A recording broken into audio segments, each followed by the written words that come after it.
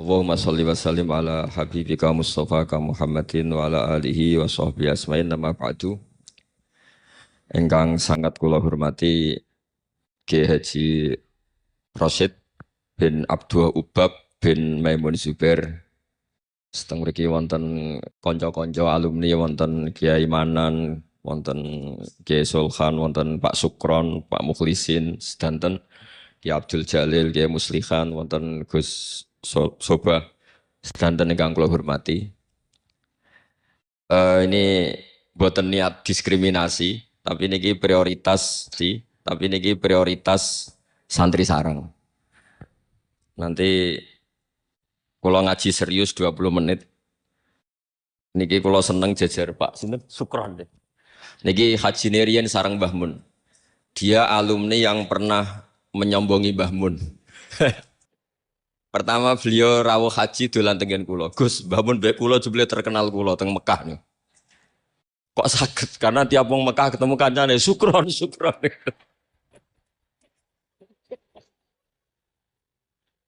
Dan itu beliau matur ke Mbah Mun. Mbah, kula tuh mriki terkenal banget. Kok iso kron? Tiang-tiang mulai Sukron, Sukron. Ini alumni yang luar biasa nih. Kakak kelas kula 2 kelas. Nggih. Niki nggih kanca kula, nggih musuh kula. Tapi nak tengah akhirat pun benten wani musuhi kula, pun benten kelas. Mergi kula digiring kalian tiang-tiang sing hafal Quran, ya mbake wis sing hafal jurumiyah. Mboten kelas ya, gimana tengah akhirat mboten. Tapi tak goleki pas Quran. Goleki ya. Itu goleki mangke.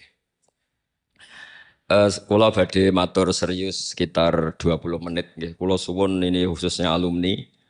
Tapi tidak niat diskriminasi, sinten mawon boleh mendengar ini karena yang tidak alumni pun kula yakin gada mahabbah teng Mbah Mun. Kula kados Gus Rosid nderek matur nuwun sanget doa jenengan teng Mbah Mun, teng Nyai Mastia, teng Nyai Fahima, teng Gus Kamil, teng sedanten Mas saya sarang. Kenangan-kenangan ingkang sae, ingkang musalsal ila Rasulillah sallallahu alaihi wasallam. Akhir-akhir ini Yai sering maos kitab Maslakut Tanassuk. Niki kula waos langsung halaman 3. Niki wonten Kiai Abdul Manan, wonten Gus Rosid.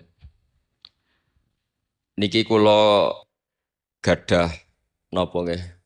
Gadah unek-unek, gadah karep supados apa yang ditanamkan Mbah Mun itu jangan sampai diriwayatkan kilan al-qila wal qol, tapi sampai pada titik mudawan dibukukan. Saya berkali-kali dapat sanad ini dan itu tidak hanya saya, semua alumni sarang. Bukan hanya alumni Anwar saja, juga semua alumni sarang karena tergabung di Madrasah Ghazaliyah. Mbah Mun ketika haji tahun 1421 dan 1422 Hijriah.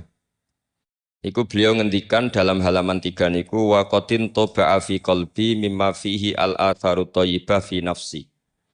Maka nafil marrati tsaniyah bima fihi min takhmidil ainain. Ghamattu fiha ainayya wa qultu la ilaha illallah wa fi akhiril karat Muhammadur Rasulullah. Terus beliau ditalkin dzikir sama Said Muhammad di tahun 1422. Kemudian kitab ini dikarang, kalau balen malih kitab ini dikarang, beliau hanya punya harapan dan itu dikarang tahun 1422. Sak sampunipun haji. Beliau wafat 1440.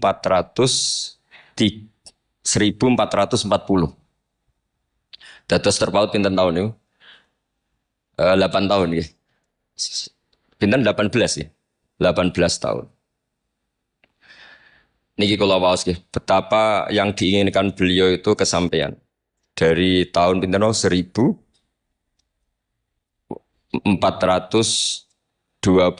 sama 21 ya, sama 22 terus beliau wafat 1440. Terpaut pinten 18 nggih, 18 tahun. Beliau ngendikan kula maknani nggih. Niki yang sakral 20 menit. Asal Maulal Karim teng halaman 17. Saya tadi hanya sengaja bawa 7 itu angka kesayangan Mbah Mun karena ngikuti Quran dan hadis selalu pakai simbol angka 7. Asal Maulal Karim. Asa menawa-menawa sapa al Maulal Karim, Allah zat sing lomo iku ayasma'a. Menawa-menawa ayasma'a yen to ngumpulna sapa Allah taala, yen to ngumpulna sapa Allah taala nafsi ma'a hamalatil ilm. Di saya ngarang ini semoga Allah mengumpulkan saya kata Mbah Mun ma'a hamalatil ilmi sertane wong-wong sing gawa ilmu min ulama'i hadhil ummah. Saking ulama'i hadhil ummah. Wabil akhosilan klan khusus ulama ahlil bait atau ulama ahlil baiti ayat ma'a nafsi ma'a ulama ahlil bait. Jadi keinginan beliau saya ngikuti talqin ini, saya mengarang sanad ini, saya mengijazahkan sanad ini. Jadi memang beliau menulis itu 3 kali, mengabadikan, mengijazahkan, talqinu dzikri. Kemudian berharap itu manfaat dan keinginan beliau. Saya ingin kumpul ulama hadhil ummah wabil akhos ulama ahlil bait. Yaitu ulama-ulama ahli bait Rasulullah sallallahu alaihi wasallam. Alladzina rupane wong akeh khassa kang nertemtokno hum alladzina sapa Allahu taala bi khassa iso. Kelan pira-pira kekhususan la ya alamu kang ora mirsani azamataha ing keutamaane khassa sapa illallahu taala sapa Allah taala. Terus keinginan beliau 18 tahun yang lalu itu tercapai juga tidak sekedar maknawiyah saja tapi secara jusmaniyah. Kalau secara maknawiyah tentu Mbah Mun itu sangat dekat dengan ulama ahlil bait maupun yang tidak ahlil bait. Yaitu ngurmat santri, nasrul ilmi, tarbiyah dan seterusnya. Tapi Allah nuruti beliau tidak sekedar maknawiyah sampai secara apa? Jusmaniyah. Karena makam beliau di Ma'lah bukan sekedar Ma'lah, tapi benar-benar Ma'lah yang dekat Sayyidah Khadijah. Agak ke bawah ada Sayyid Muhammad, Sayyid Alawi, Sayyid Abbas. Agak bawahnya lagi Syekh Nawawi Banten. Terus agak samping ke kanan, kalau dari arah Masjid Haram, itu di situ ada Dorih atau makamnya Syekhina Kiai Haji Maimun Zubair. Jadi jam'unya itu jam'un rohaniyatan wa jam'un apa? Jusmania. Jadi ini ijazah ini berkali-kali dijazahkan Mbah Mun. Tapi mungkin sebagian alumni tidak baca. Nanti lo potongannya itu buatan moco. Dan ini kalau bantu, kalau yakin, hakul yakin dan suul yakin, Pak Sukron ini moco lebih niki. Dua ini kitab yang pergi kalau suka nih, Pak. Seniki mun innalillahi wa inna ilaihi rajiun. Nang dindi ngaku muridé Mbah Mun ngarak opo bagus. Aku rong tuku jadi. Tapi niki penting kalau aturaken ulama, saya berkali-kali bilang kenangan dari Rasulullah Shallallahu Alaihi Wasallam itu harus ditulis. Karena hanya dengan ditulis ilmu itu abadi. Enggak boleh riwayat itu hanya berdasar karena kamu hafalan bundobit. Itu terus tidak nulis, tidak boleh. Kita itu punya pengalaman buruk dan itu eman betul. Gini ku fiqhul Les bin Sa'ad. Al-Les afqahu min Malik. Dewi Imam Syafi'i. Al-Les afqahu min Malik. Illa anna ashabahu dayya'uhu kata Imam Syafi'i. Lais itu orang paling alim, alimu Misra, faqihu Misra. Itu kalau debat sama Imam Malik itu berjilid-jilid. Tapi ashabu Malik itu lebih peduli terhadap pikiran-pikirannya Imam Malik. Sementara ashabul Lais itu enggak. Sehingga enggak ada madhabnya hilang. Jadi nasib ulama yang madhabnya hilang itu Les bin Sa'ad. Kemudian Sufyan bin Uyainah ini semua gurunya Imam Malik. Sufyan As-Tsauri juga gurunya Imam Malik, gurunya Imam Syafi'i. Nanti nasibnya Mbah Mun kalau tidak ada yang mentadwin, membukukan, akan seperti itu. Karena orang akan menafsirkan tidak dengan panduan guru-gurunya ila Rasulullah Shallallahu Alaihi Wasallam. Sehingga Habib Salim Asy-Syatiri itu punya karangan ya tentang tafsir, namanya An-Nafahat Al-Haramiyah atau Al-Fawaid Asy-Syatiriyah. Kalau gadah kitab sekitar 2 jilid. Mbah Mun itu dulu ngajar kita Faidul Khobir, fi ulumil Quran, fi ulumit tafsir. Rian ngajar seminggu 2 kali di MGS. Ini Pak Sukron ya termasuk alumni MGS. Berarti pernah sekolah berapa kali Pak, diulang Mbah Mun? Seminggu. Jeleng, seminggu 2 kali. Apa? Tak kok hatam enggak, boleh. Jujur itu baik. Jadi, jujur itu baik.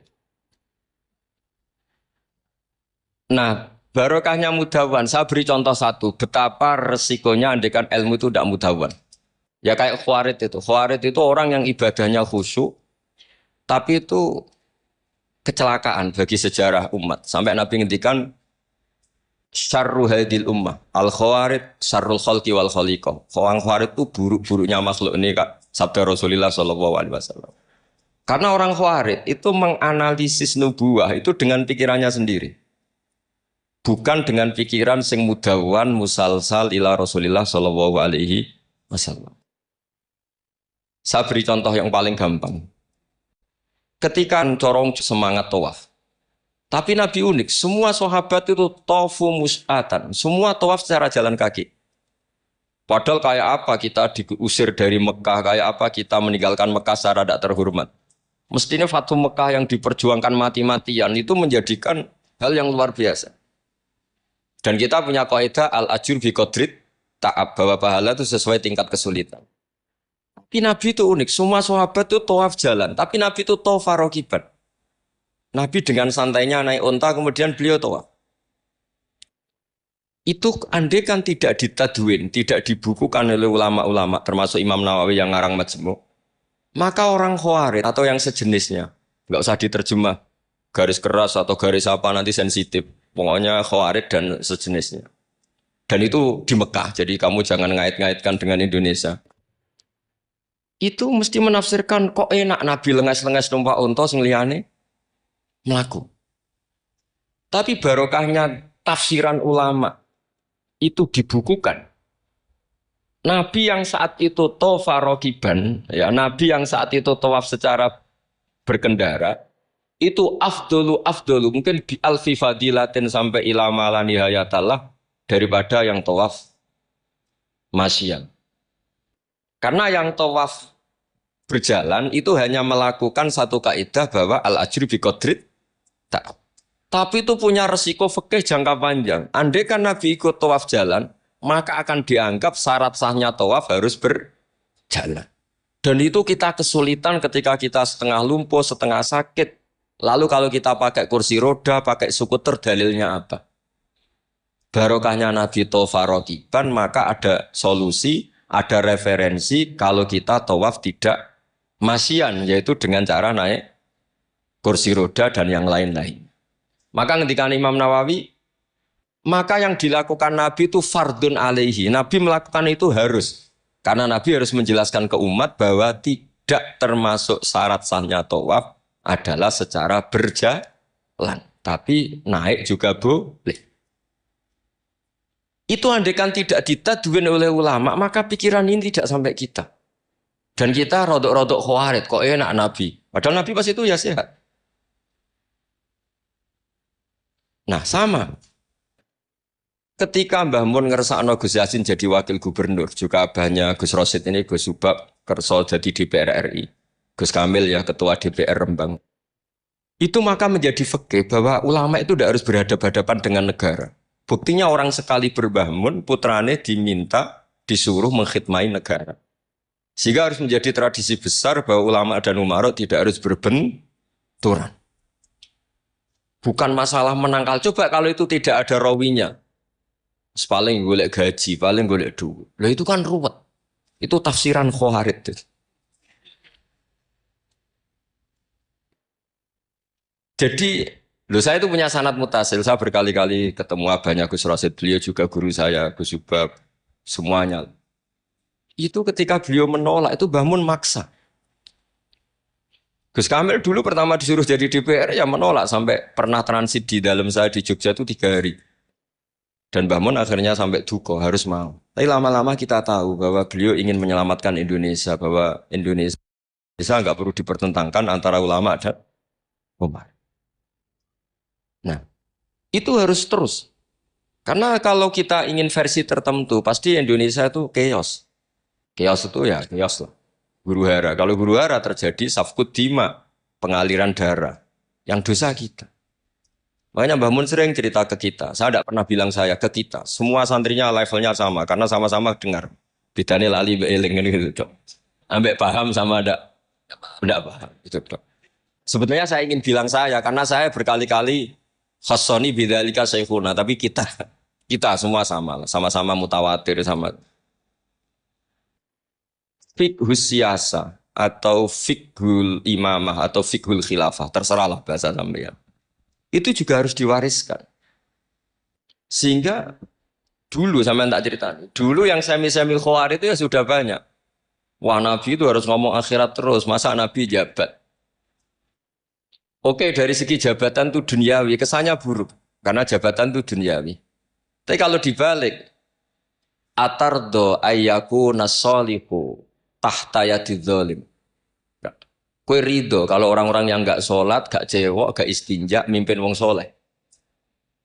Mesti harus dibalik, harus membolehkan orang soleh yang mimpin orang dolim, jangan dibalik. Wong soleh pokoknya yang masjid kabeh, wiridan kabeh, dipimpin wong dolim. Hanya karena kamu mengharamkan politik. Jadi orang itu harus ngerti. Makanya ketika beberapa nabi, itu harus kita tahu. Ada nabi yang ngaji terus, kayak Nabi Yahya, Nabi Isa. Ada yang nabi yang seumur-umur itu jabat, kayak Nabi Dawud, Nabi Sulaiman. Kamu boleh niru Nabi Dawud, Sulaiman jabat, tapi nggak boleh meniru istrinya 1000. Itu 4 saja masalah kita. Sitok wis kudu pegatan ya gitu. Rai-rai gak meyakinkan ini satu aja sudah. Tapi itu tidak saya loh. Jadi sampai Allah menurunkan ayat am yahsuduna nasa ala ma atahumullahu min fadli faqad ataina ala Ibrahim alkitaba wal hikmata wa atainahum mulkan azim. Jadi ada orang-orang soleh yang oleh Allah disebut bahwa mereka itu jabat. Gini ku alu Ibrahim. Ada banyak lah orang-orang soleh yang jabat. Mereka adalah orang-orang yang tak kasih kitab, tak kasih hikmah, tapi ya wa atainahum mulkan azim. Ketika Mbah Hasyim di putra Gus Wahid jabat, dulu Mbah Wahab Hasbuwah di anak Gus Wahib juga jabat. Mbah Mun punya putra Gus Bab, abahnya Gus Rosyid dulu ya di PRRI. Gus Yasin wakil gubernur. Ini kita sebagai muridnya Mbah Mun bukan melihat urusan jabatan. Urusan bahwa kita ikut berbakti sama negara. Makanya ketika Mbah Mun kapundut hari Selasa tanggal 5 Dzulhijjah. Itu saya masih ingat betul ketika itu saya di dalam ada Gus Yubab, ada Gus Naji, ada Gus Kamil, ada semua lah. Itu mereka itu kelihatan apa ya, masih nggak sadar kalau abahnya wafat. Kelihatan senang. Senangnya itu karena mereka menyaksikan betapa yang diinginkan Mbah Mun itu kesampaian. Beliau-beliau ini cerita, Mbah Mun itu cerita gini, Cung, aku nak mati Jumat berarti aku wali. Nak mati Selasa aku ya wong alim. Jadi berarti beliau itu milih jadi orang alim. Jadi dia rileks. Terus ada beberapa apa ya uang lah atau apalah. Kata beliau sama Gus Bab bilang ke Gus Bab, Bab ya aku nak teko balekno, nak ra teko bagi ning anak. Jadi semua dipersiapkan. Begitu mudah beliau melihat kematian, melihat kapundut, melihat seringan itu. Karena kerinduan seorang wali atau orang soleh kepada Allah itu rindu sekali. Dan ini kita harus punya riwayat dan itu menjadi fikih besar. Gak boleh kamu pakai fikih khawarij. Kiai kok jabat, kiai kok kedonyan. Misalnya ono kiai wong soleh ora oleh kedonyan. Terus saiki wong salat buruwe wong ra salat. Kowe rido. Wong salat buruwe wong ora salat. Mergo sing salat mbok kon melarat. Jadi nak fikih ojo fikih khawarij. Fikih sing bener maca majmu'. Nak ra iso maca jerone maca judule. Ya tenan. Makanya Pak John ini Pak Sukron nih. Karena dia di Mekah lebih terkenal ketimbang Mbah Mun katanya. Sukron. Ya jadi Mbah Mun punya murid ya macam-macam. Ada yang kayak saya, ada yang kayak Pak Sukron. Makanya saya pertama datang, Sukron tikur. Jarang enten. Celuk, nak agak teko agak gelmisi. Terus datang. Tadi bisi saya, Gus aku difoto, nak raja jenengan gak difoto. Terus saya bilang gini, saya itu kalau di mana-mana sering jejer wong putih, lagi ki jejer wong ireng. Semoga ini kafarohnya saya jejer wong putih-putih. Jadi saya teruskan lagi ya. Harus selalu ada riwayat. Makanya saya alhamdulillah pernah diminta Gus Subab itu ya guru saya, beliau baca manhajnya fikihnya Mbah Mun di acara kesekian harinya Mbah Mun wafat. Karena saya masih ingat betul ketika di Medina saya sering digandeng Mbah Mun. Hak Sholahuddin Al-Ayyubi nganti pinter ngono iku jarene mergo murid Imam Ghazali. Tapi jarene hak muridé ibu putu murid. Terus saya bilang putu murid ya impun nate kula hitung nak murid mboten pas. Mboten tok wektune. Yes putu murid. Karena saya pernah di masjidnya Sholahuddin Al-Ayyubi di mimbarnya. Itu futuhatnya itu sekitar 815.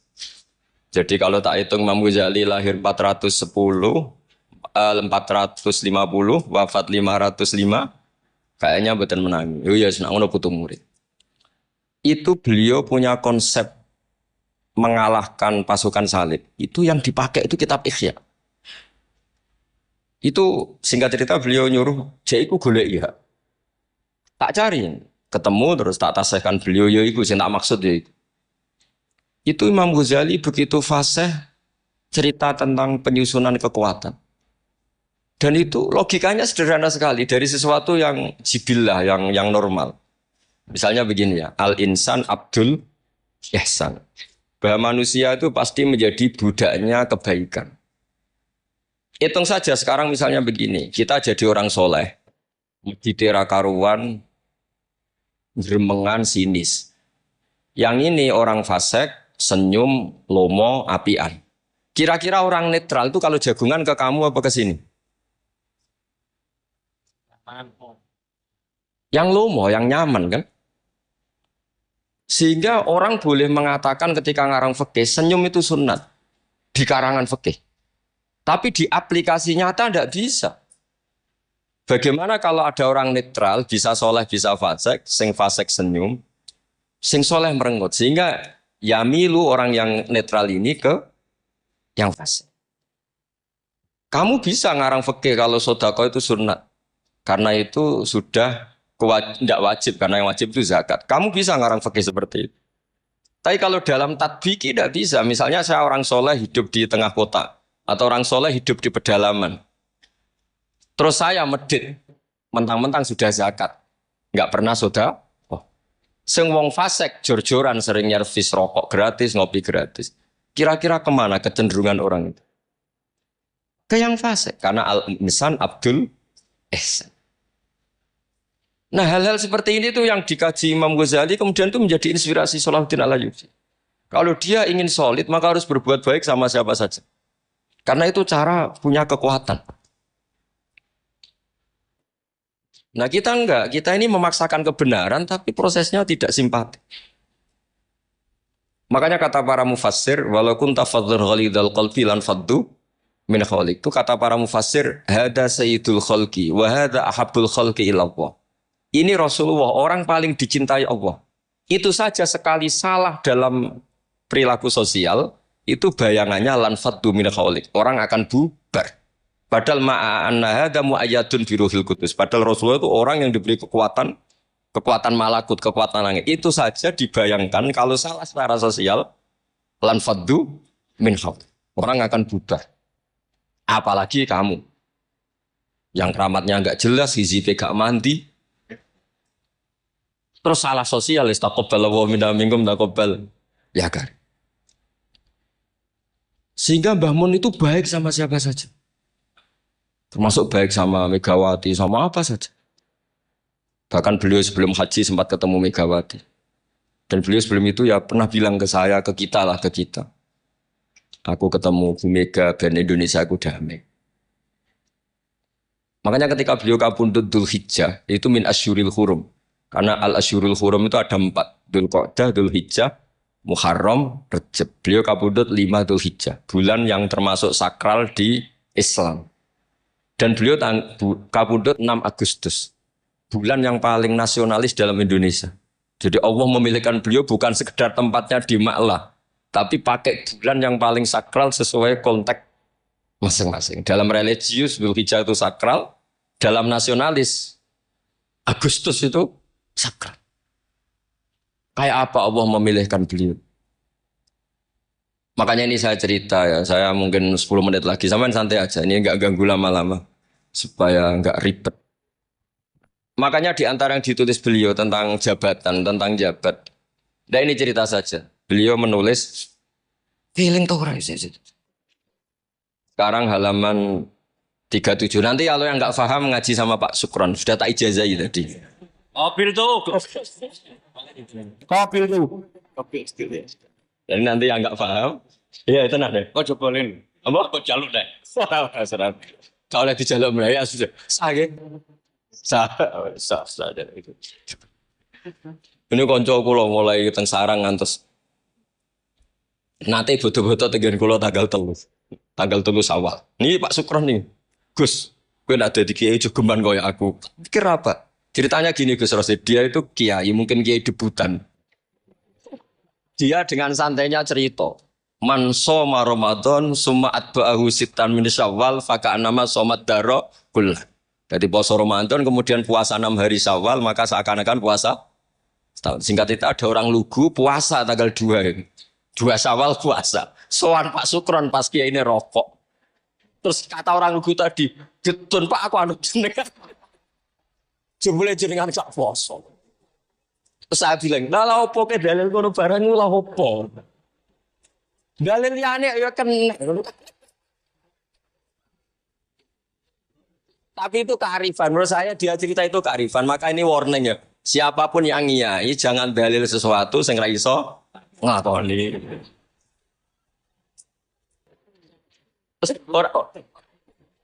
Ini enggak apa-apa. Lho kula lahir rapati wani dalil sing ngoten-ngoten ora wani perkos. Wong santri sarang bebas, ora usah dirakat bebas. Mohon ping 6. Nggih. Tambah seping 6. Dari Bapak. Setahun buat. Memang ini didikan sarang yang keterusan. Mbah Mun itu kan mengharamkan santri tirakat. Iya. Santri ora usah tirakat. Iya. Sarang ora usah tirakat. Mondok sarang tok iku wis tirakat. Lah yo banyune wasin kadang ape ning WC yo iku ning lembak-lembak. Wis banyu asin nggone sesekan ra di duweke wis suwara tenan sing ngono. Jadi ora usah tirakat itu wis tirakat. Jadi saya ulang lagi ya. Al-fiqhu, fikih itu harus mudawwan. Saya yang sudah kecelok alim saja, itu sering nggak tahu kalau itu tidak ditulis oleh ulama-ulama kita. Kayak tadi, kenapa Nabi tofa rokiban? Padahal Nabi juga yang mengajari al-ajru bi qadrit. Andai kan Nabi tidak tofa rokiban, maka kita akan kesulitan nyari referensi bagaimana hukumnya tawaf pakai kursi roda. Barokahnya mudawwan dianalisis oleh Imam Nawawi dan seterusnya bahwa Nabi tofa rokiban adalah wajib bagi beliau untuk memberi pelajaran bahwa itu sah. Coba kalau nggak ada penjelasan itu, mungkin orang menduga-duga Nabi ku piye dipek menangi dewi, mukhawarid sama Nabi. Dan itu harus ada yang mudawwan. Sama seperti Nabi Dawud, Nabi yang jabat, Nabi Sulaiman, Nabi yang jabat. Supaya jabatan itu tidak tunafis solafiyah. Bahwa jabat itu tidak berlawanan dengan kesolehan. Nyatanya banyak orang soleh yang jabat. Tentu yang enggak jabat lebih banyak. Isra tak belo. Sekolah Pak Sukron ya soleh tapi bukan jabat. Cuma soleh sampai kuat ngantek kapan ya roh. Nah sini yang halaman ini terakhir. Ini masih 7 menit ini. 37. Wal mamlakatani al-ukhrayani allatani mazalata qaimataini ilal yaumani al-mamlakatal hasyimiyah al-urduniyah wa mamlakatal maghrib tawallahuma al-hasaniyuna aidan. Artinya Mbah Mun cerita bahwa banyak orang-orang soleh bahkan min dzurriyyati Rasulullah sallallahu alaihi wasallam dan mereka jabat jadi raja, yaitu pasnya di Maroko adalah rajanya Al-Hasani apa? Hasani, juga di Ordon di Jordan itu rajanya Al-Hasani. Intinya Mbah Mun mau ngendikan kamu jangan anti jabatan. Banyak orang-orang soleh yang jabat, bahkan bukan sekedar soleh tapi itratu Rasulillah al-itra at-thahira, itratu Rasulillah sallallahu alaihi wasallam. Ini dan beliau menulis itu. Wal mamlakatani al-ukhrayani allatani mazalata qaimataini ilal yaum. Ini al-mamlakatal hasyimiyah al-ordoniyah wa mamlakatal maghrib tawallahuma al-hasaniyah itu. Hada tsumma idza nadzarna ilal adarisah. Adarisah itu Sayyid Idris. Sayyid Idris itu Al-Hasani ya. Jadi Al-Hasani yang paling populer di Maroko namanya apa? Al-Idris. Makanya disebut Adarisah. Yang zuriyahnya Al-Idris disebut apa? Adarisah. Kayak yang bermadzhab Hambali disebut Hanabilah. Nah, summa idza nadzarna ilal adarisa wajadna anna ba'dhum minhum wasalu ila sultanah war riyasah. Faqad sabaqa an assasa Sayyid Idris bin Abdullah daulatan azimatan fil Maghrib. Wa nudiya bis Sayyid Muhammad As-Sanusi malikan ala Libya. Jadi ini ya saya mau cerita Mbah Mun itu satu khazanah besar. Melahirkan murid-murid yang alim alamah ya banyak. Banyak sekali tidak bisa dihitung. Melahirkan murid yang bahkan putra yang cakap politik banyak. Siapa yang enggak ngakui alimnya Gus Najih? Siapa yang enggak ngakui fleksibelnya Gus Subab di jabatan Gus Kamil? Itu enggak bisa terhitung. Makanya ini khazanah besar, enggak usah dibentur-benturkan. Ada yang nekuni alim, ada yang nekuni jabatan. Semua itu untuk li'ilain apa? Kalimatillah. Jadi ini enggak ada masalah. Wonten sing konaah Bapak Sukron, urip menengah, urip ngono. Tapi tadi sudah tak ijazahin. Nanti pokoknya ini kalau nggak paham, tanya Pak Sukron. Assalamualaikum warahmatullahi wabarakatuh.